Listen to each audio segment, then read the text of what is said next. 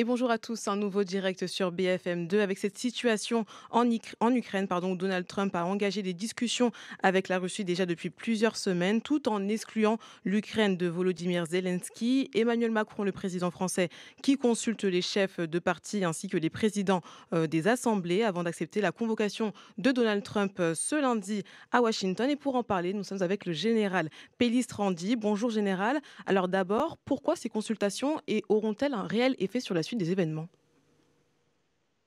Alors, il faut bien comprendre qu'en l'espace maintenant de à peine 10 jours, l'équilibre géopolitique auquel nous étions habitués depuis des années s'est, fracassé, suite au rapprochement spectaculaire entre l'administration Trump, et la Russie de Vladimir Poutine. Donc, on est en quelque sorte dans l'urgence et c'est la raison pour laquelle, le président de la République Emmanuel Macron, a, agi, très rapidement je dirais en 3 phases. Une première phase avec un certain nombre en physique, donc en début de semaine avec un certain nombre de dirigeants européens. Avant-hier avec d'autres dirigeants européens et non européens, je pense au Canada. Et puis également, il ne faut pas l'oublier, bien sûr, les principaux chefs de partis politiques hier à l'Élysée, parce qu'il il y a urgence à avoir une position la plus commune possible entre les Européens, parce qu'il va falloir peser auprès donc du président américain qui, jusqu'à présent, n'a pas manifesté un grand intérêt ni pour la présence de l'Ukraine à la table des négociations, ni pour l'implication des Européens. Et justement, pourquoi cette exclusion de Volodymyr Zelensky et des Européens? Comment on peut l'expliquer, ceci?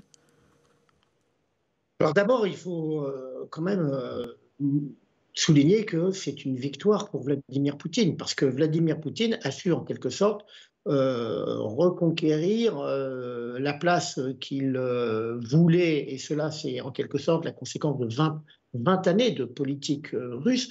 En fait, pour Vladimir Poutine, il veut être l'alter ego de la puissance mondiale que sont les États-Unis. Et en quelque sorte, Donald Trump, il a foncé en plein là-dedans. C'était ce qu'il qu'il prétendait pendant la campagne pour les présidentielles. Mais là, on a atteint en quelque sorte un point de rupture dans les équilibres, avec quasiment presque un basculement d'alliance où l'administration Trump fait savoir qu'elle est prête à travailler de manière très étroite avec Poutine, et puis de l'autre côté, en considérant que l'Ukraine de Volodymyr Zelensky n'est plus légitime, ce qui est complètement aberrant, d'où le besoin pour le président de la République de pouvoir essayer de contrer cette approche qui est extrêmement dangereuse de la part de Washington. Et le président justement américain Donald Trump a lancé des propos plutôt forts envers le président Zelensky en disant dictateur sans élection. Alors pourquoi ces propos? Est-ce que ça pourrait faire avancer la cause? Bah non, bien au contraire. Pour Volodymyr Zelensky, c'est une insulte épouvantable, hein. Et puis, c'est dénuer aux Ukrainiens le fait qu'il s'agit d'une démocratie. Très clairement, oui, les élections présidentielles devaient avoir lieu au mois de mars 2024, mais du fait de la guerre provoquée par la Russie, il faut bien le rappeler, depuis bientôt 3 ans, pardon, la loi martiale a été proclamée et la loi martiale, dans le droit ukrainien, empêche la teneur de ces élections. Et tous les 90 jours, la Rada c'est l'équivalent de notre Assemblée nationale, valide le prolongement de la loi martiale. Et dans le droit ukrainien, eh bien, les élections, les prochaines élections auront lieu au moins 6 mois après la levée de la loi martiale. C'est-à-dire que s'il y a accord de cessez-le-feu, la loi martiale sera levée et 6 mois après, il y aura des élections législatives et présidentielles. Donc, de la part de Donald Trump, nier le caractère démocratique et la légitimité de Volodymyr Zelensky, c'est absolument, on va dire, lamentable, et ça va exactement dans le sens de ce que souhaite le Kremlin, puisque le Kremlin entretient ce discours en disant Zelensky n'est plus légitime, en quelque sorte, depuis plus d'un an. Et ce premier déplacement du président français à Washington lundi prochain, qu'est-ce que ça peut apporter justement à ces discussions, à ces négociations et à quoi on peut s'attendre? Alors, ce déplacement est extrêmement important et d'ailleurs, il sera suivi dans la semaine par le déplacement du Premier ministre britannique. Je tiens juste à souligner que tant le président français que que le Premier ministre britannique sont à la tête de deux puissances qui sont membres permanents du Conseil de sécurité et qui sont dotées de l'arme nucléaire. Bon, dans les discussions avec Donald Trump, où c'est en quelque sorte le rapport de force qui compte, ça compte. Voilà, c'est pas anodin, il faut le rappeler. Et donc, c'est l'opportunité pour le président de la République de dire attention avec Vladimir Poutine. D'abord, on ne peut pas lui faire confiance et il faut là aussi instaurer un rapport de force avec Vladimir Poutine. Le problème est que Donald Trump, avec ses initiatives, a en quelque sorte entériné un certain nombre de demandes de la Russie sans aucune contrepartie.